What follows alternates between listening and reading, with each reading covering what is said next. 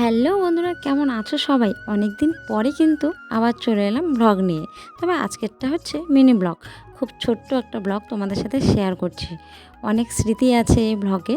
যাই হোক, আজকে সকাল সকাল চলে এসেছি মদনমোহন মন্দিরে পুজো দিতে। অনেক দিন থেকে আসার ইচ্ছা, কিন্তু আর সময় হচ্ছে না। যদিও পুজো দেওয়াটা মন থেকে ইচ্ছা হলে সময় বের করে নেওয়াই যায়। যাই হোক, ফাইনালি চলে এলাম আর পুজো দেওয়া কমপ্লিট। সকাল থেকে প্রচণ্ড বৃষ্টি ছিল, তাই একটু লেট হয়ে গেছিলো। মানে 10টার দিকে মদনমোহন মন্দিরে গেছিলাম। পুজো দেওয়া কমপ্লিট হলো, এখন বাজে 12:30। তো যাই হোক, পুজো দেওয়া শেষ করে সোজা চলে এলাম বাড়ি।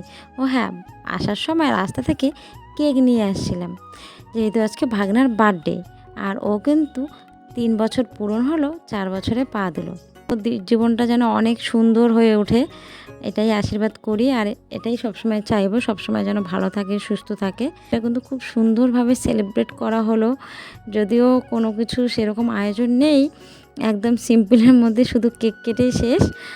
দেখো আমার মামামকে, ওর ভাইকে কি সুন্দর করে কেক খাইয়ে আশীর্বাদ দিয়ে দিচ্ছে। আর ও কিন্তু অসহ্য পাচ্ছিল, ভাবছিল দিদি আমার মাথায় কি দিচ্ছে। আমাকে আবার নালিশও দিয়ে দিল। আমি বললাম যে দিদি তোমাকে আশীর্বাদ করছে। এইবার দেখো গুল্লুবাবু দিদিকে কেক খাওয়াচ্ছে। কেমন লাগলো তোমাদের আজকের এই ছোট্ট ব্লগটা? অবশ্যই অবশ্যই কিন্তু জানিও। আর ভালো লাগলে একটা লাইক করে দিও।